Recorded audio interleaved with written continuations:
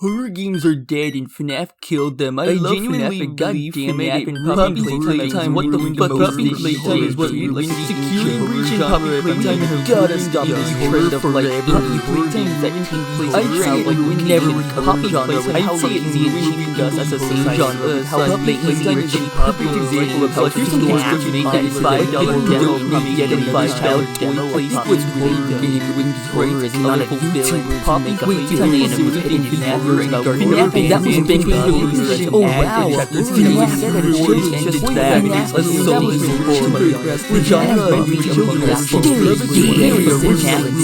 Horror as a genre. Not that FNAF ruined indie horror's image to the public. Indie horror has some seen a lot of ruins, like the whole feels like a shadow by the Hello Neighbor ruined indie horror. All of the fucking while that title PS been like a colossal horror, but I want to shit television and way garden besides I shot chasing piecing the terrible world mixing up as you see bad game design decisions every other for awful crap lol the Mao even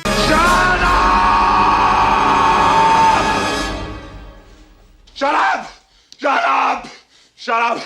Mascot horror, indie horror, and horror games in general are not dead. I see this blatant lie being spread like wildfire on Twitter and YouTube all the time, and it started with Garten Banban, and is especially being blown out of proportion with Amanda the Adventurer. Garten Banban may not be a good game, but if you're going to say Amanda the Adventurer is bad, you clearly have never done your research and are just jumping the bandwagon of Mascot horror is ruining indie horror games just to get clout. I highly recommend you watch the Game Salmon's Why Does Everyone Hate Mascot Horror and Dan Seibert's Let's Talk About Garten Banban videos, as I believe they get the point across and worded far better than I can. I'm gonna commit the ultimate internet crime and say outright, I love Mascot horror games, and there's nothing you can say or do to persuade me otherwise. Yes, I said it. And I know you're angry. The biggest issues I see when it comes to shit like this is that it'll first start out with certain content creators who are brutally honest and critical, and no, I'm not blaming them for anything. They are simply trying to state their own opinions, and there's nothing wrong with that. My biggest issue is the way the communities behind these creators will handle it afterwards. And to clarify, I'm not here to generalize their communities either. The problem is the bad apples that are in these creators' communities that take things too far, fear-mongering, and sending harassment to anyone who likes Mascot horror games in any shape or form. There's always going to be toxic people in every single community, including YouTubers' communities. Unfortunately, there's no real way for even the YouTubers to do anything about it either. It's just unrealistic to expect them to do anything about it. I'm just stating the reality that people have yet to ever point out and keep pointing fingers at the wrong people. The reason I know this is because I was harassed to hell and back for liking Sonic 06 years ago. Yes, I am still a weird as hell person for even daring to like Sonic 06. But the harassment came from toxic fans lurking within the wider community of big YouTubers who personally didn't like the game for themselves. And the same is happening today, but with Mascot horror games. The bad apples develop a hive mind mindset and will harass anyone who remotely enjoys the games, and or fearmonger about how it's killing the genre of video games altogether. I hate to break it to you, but just because a singular game like Garten Banban or Amanda the Adventurer exists,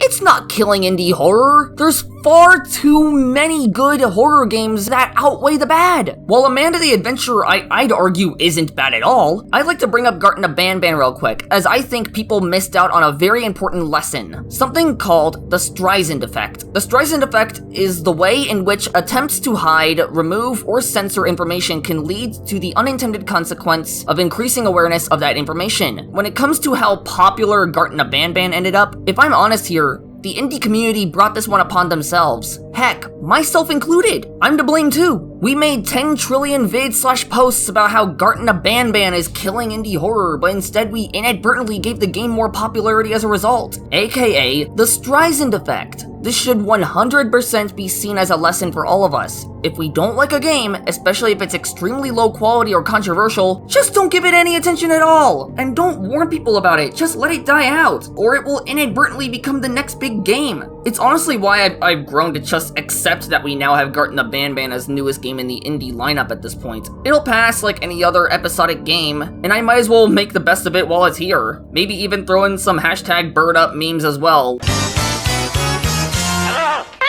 Another topic I wish to bring up is the introduction of a Mascot horror game called Sparky Marky. I personally think this game looks amazing, and it's building up to a really cool multiplayer experience called Do You See Sparky? But something I came across one day was a video by someone who I will leave unnamed, who made a video with a title about how Mascot horror is at an all-time low, and brought up Sparky Marky. While again, the YouTuber is entitled to their opinion, the video didn't have enough research put into it, as it's clear the devs are taking as much criticism as possible and quickly corrected the mistake of forcing Discord integration, which was even a criticism I had too. And when I commented with some corrections, the YouTuber did admit to jumping the bandwagon and set his video to private. But this is an example of how this fear-mongering of Mascot horror killing indie games is just causing a larger effect and making people jump the bandwagon. My biggest advice is that if you genuinely don't like Mascot horror games, that's perfectly fine. That's your opinion. But please, don't scare people into believing it's killing indie horror. Again, that's too unrealistic. But if you don't like Mascot horror that badly, just don't give it any attention in any shape or form, and it'll pass as every other game does. It's better to not make such a big deal out of it and instead focus on the games you do like, because you are honestly making yourself miserable by making hating Mascot horror your only personality on the internet. Mascot horror is not killing indie horror. Horror games are not dead. You just aren't looking deeper for the ones you'll enjoy. Me personally, I love Mascot horror games, but even I'm aware of there being a larger variety of horror games out there. I literally played Iron Lung recently, and I fucking loved it! At the end of the day, please stop saying Mascot horror is the death of indie horror or horror games in general, because it's not at all. I'd like to clarify real quick. This response video is in no way, shape, or form meant to target anyone, really. This is more so in response to the whole claim that Mascot horror is killing indie horror. That's all this is supposed to be, and I apologize if my words got misconstrued or misunderstood in any shape or form, as that's not my intention at all. Have a nice day.